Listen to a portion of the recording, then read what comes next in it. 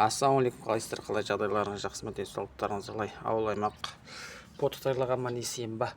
Енді тіркелушілер бір 5000-ға жетіп қапты. 4900 бірдеңке болып қапты енді. 4 күн болды видео шықпағанына. Сіздерге енді қазір бір сағат алдын шыққан ақпараттарды айта кетейін. Ол жерде енді Ресей үшін де, Украина үшін де жақсы жаңалық, жаман жаңалықтар болып жатыр екен.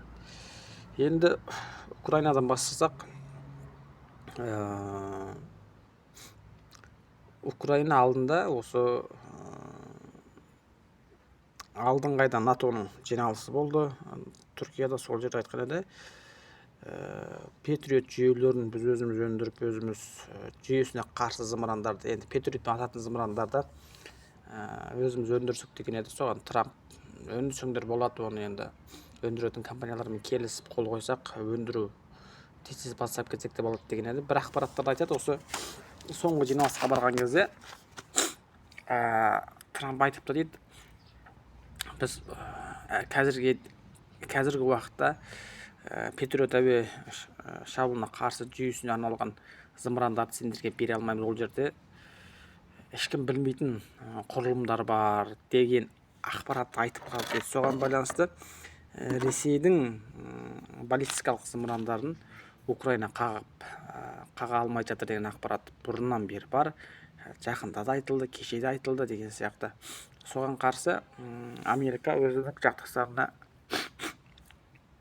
жақтастарына үндеу жариялады, былай депті: Украинаға Патриот әуе жүйесіне керекті зымырандарды беріңдер депті. Сөйтсе бір елдер бермейміз депті,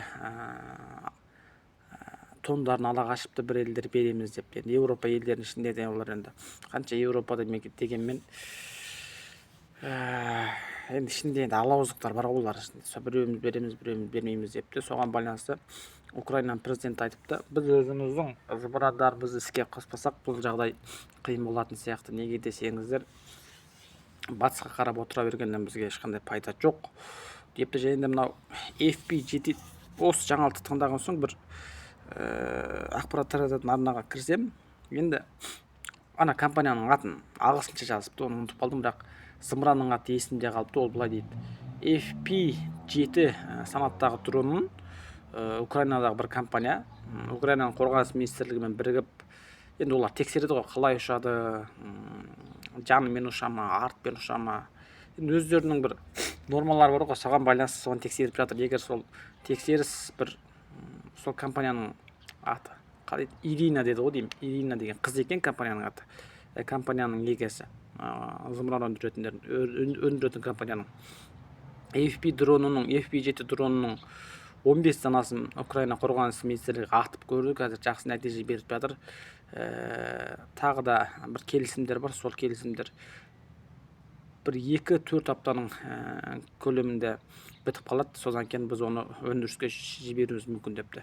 Зеленский де айтты, біз Патриот әуе жүйесіне қарсы зымырандарды дей бергенмен, оларда да мүмкін енді жағдайлар болып жатқанда, біз одан да өзіміздің зымырандарымызды істеп шығуға қазіргі жағдайда Украинаның толық қанды күші жетеді.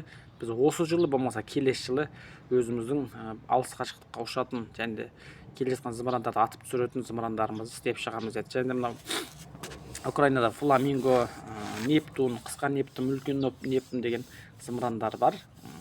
Соған қоса тағы зымырандарды істеп шығамыз деген әңгімені айтып жатыр екен дейді. Одан Украинада, енді Украинаның бір соғыс зерттейтін шетелдің қандай да аты, Депстейт деген бір арналар бар. Украинаның да өзінің арналары бар, Ресейдің де өзінің бір соғыс зерттейтін арналары бар. Сол Украинаның бір қазір соғыс жағдайында Зеленский Украина халық талап етіп сайлау өтетін болса, Зеленскийдің жағдайы қандай болады деген бір тұжырымдарды келтіріпті, мысалдарды. Ол жерде былай дейді, ол жерде бір 5 адам түсіпті. Буданов бар, Порошенконың аты есімде қалыпты, Петр Порошенко. Одан кейін Зеленскийге 22-де 3% халық дауыс береді депті, қалғаны барлығы ең төмен Порошенкоға 8-де 6% халық дауыс береді деген тұжырымға келіпті дейді. Одан кейін мынау Британия ма? Жоқ, Британия емес. Американың бір арналары мынандай бір әңгіме айтыпты. Мына соғысты бітіру үшін Путинді тізерлету керек, тізеге отырғызып, әңгіменің ашығы.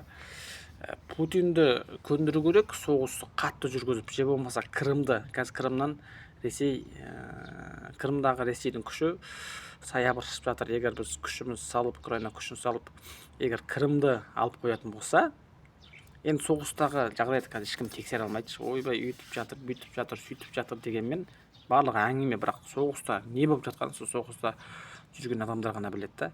Айтыпты, егер соғыстағы жағдай Ресей үшін жаман сценариймен кетсе, онда Ресей элиталары Путинді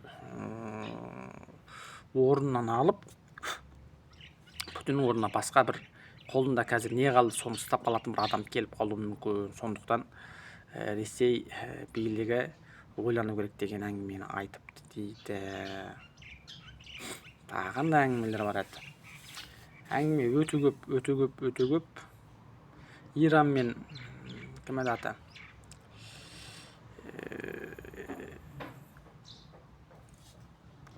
Иран мен Американың арасында қақтығыс болып жатыр. Және де Украинаның барлау агенттері мынандай бір ақпараттар айтып жатыр екен.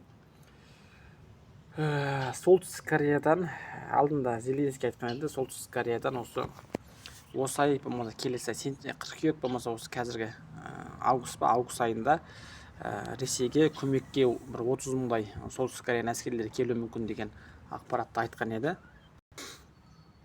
Жалпы Украинаның Зеленский айтпақшы 30 мың әскер жолда келе жатқан болуы мүмкін Солтүстік Кореяның деген еді. Украинаның барлау агенттерінің хабарлауы бойынша әскерлер келіп қойған. Әскерлерді қазір Ресейдің әскери адамдары оларды жаттықтырып жатыр. Енді соғысқа салу үшін мүмкін орысша үйретіп жатыр, же болмаса осылай атасың AK-47, же болмаса былай атасың деп айтып жатқан болуы мүмкін деген әңгімелерді айтып жатыр екен. Жалпы сондай деп қоясың да.